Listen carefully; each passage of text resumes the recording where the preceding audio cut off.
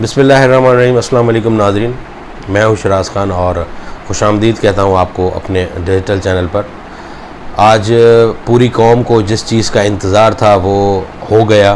Election commission ने आखिरकार मान ही लिया कि इलेक्शन की तारीख़ देने का जो इख्तियार है वो सदर पाकिस्तान जनाब आरिफ अलवी साहब को है। पिछले चंद माह से एक नया मास छेड़ा हुआ था मुल्क में, जो वज़ारत कानून और इंसाफ और इलेक्शन कमीशन और कुछ तज्ज़िया निगार सहाफ़ी हज़रात ने कि इलेक्शन कमीशन की तारीख़ देने का इख्तियार सदर पाकिस्तान को नहीं है, और सदर पाकिस्तान ने जब भी तारीख़ दी तो उसका इनकार कर दिया गया। सदर पाकिस्तान आरिफ अलवी अगर PTI के नुमाइंदे हैं, लेकिन वो हैं तो पाकिस्तान के सदर, लेकिन जितनी तनकीद उन पर हुई है शायद ही किसी सदर पर हुई हो। गलत काम उनके हैं, बिल्कुल है, जो काम गलत है उन कामों पर तनकीद होनी चाहिए ना।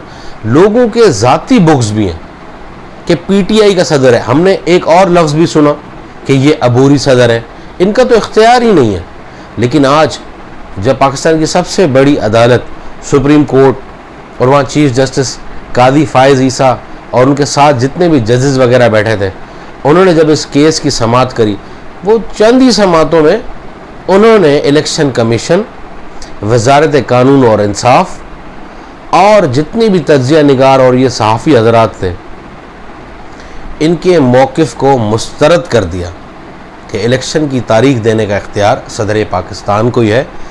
और सबसे बड़ी बात यह है कि आज धीमे धीमे रहे इलेक्शन कमीशन के वकील, सिर्फ़ इस वजह से कि अदालत में चीफ जस्टिस साहब और जजेस साहिबान की तरफ से ये बार बार कहा जा रहा था कि 7 नवंबर से पहले अगर तो तारीख़ का ऐलान हो जाता है, जो बता दिया गया साफ़ तरीके से, तो ठीक है, नहीं तो 7 नवंबर के बाद आर्टिकल 6 लगेगा।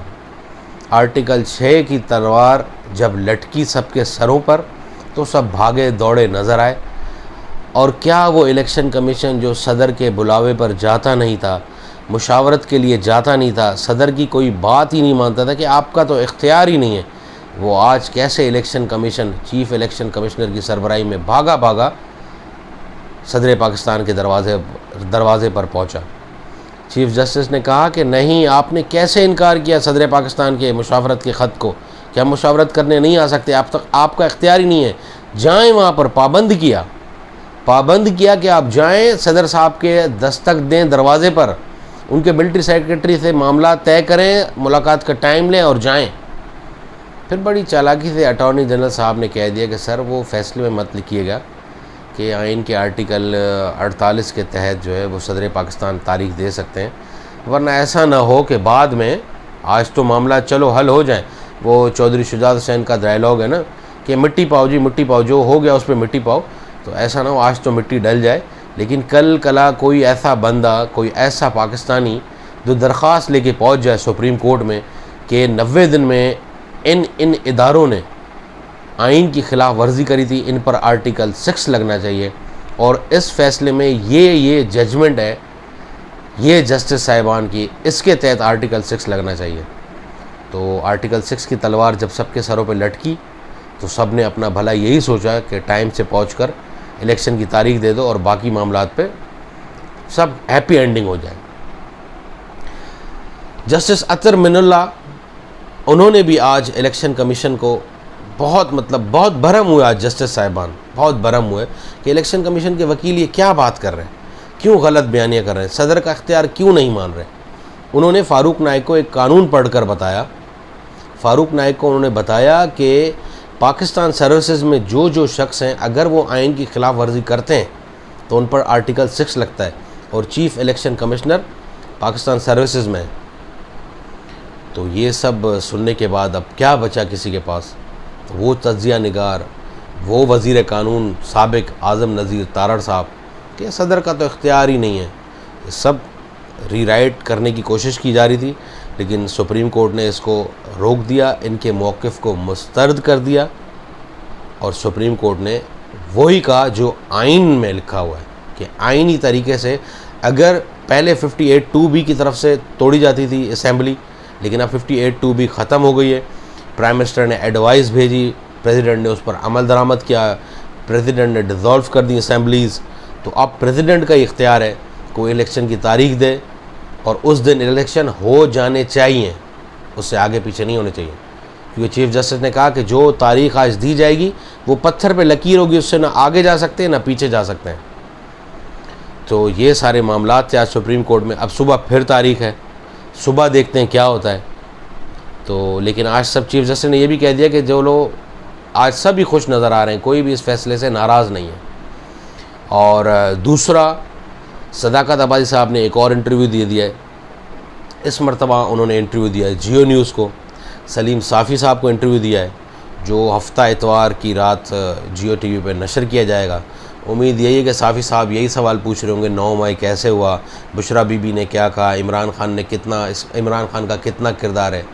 लेकिन क्या इन इंटरव्यूज़ से इमरान खान का वोट बैंक कम होगा? नहीं होगा। आज भी चीफ़ इलेक्शन कमिश्नर ने बाज़ाब्ता ये बात करी कि हम बल्ले को निशान को बैलेट पेपर से नहीं हटाएंगे और इमरान खान मेरे आइडियल हैं, और इमरान खान अगर तहम्मुल से काम लेते तो बहुत अच्छे तरीके से मुल्क चल सकता था। मैं आज भी उनकी बहुत इज़्ज़त करता हूँ। तो चीफ़ इलेक्शन कमिश्नर ने आज अपना मौक़िफ़ दे दिया कि बल्ले के निशान को हम बैलेट पेपर से नहीं हटा रहे, और कुछ दिन से ये नज़र आ रहा है कि मामला तय हो रहे हैं। मुल्क में इलेक्शन ऐसा होगा कि उसके बाद सियासी अदम इस्तेहकाम नहीं होगा, क्योंकि आर्मी चीफ़ की कमिटमेंट है कि मुल्क को आगे लेकर जाना है। अब जब एक सिपह सालार कमिटमेंट करता है तो वो उसको पूरा करके दिखा भी रहा है। आप डॉलर को देख लें, आप स्मगलिंग देख लें, बंद हो गई है। ईरानी डीज़ल की बात आजकल नहीं चल रही, डॉलर बिल्कुल बंद हुआ है, रेट उसका ऊपर नीचे ज़रा बरा आगे पीछे हो रहा है। वही मार्केट है लेकिन डॉलर को कंट्रोल किया हुआ है। 90 करोड़ डॉलर कहते हैं कि हमने बरामद किए हैं। हम 1 अरब डॉलर के लिए IMF के पास लेट गए थे, 90 करोड़ डॉलर तकरीबन रिकवर हो चुका है। तो आर्मी चीफ़ की कमिटमेंट है इस मुल्क को आगे लेके जाना है।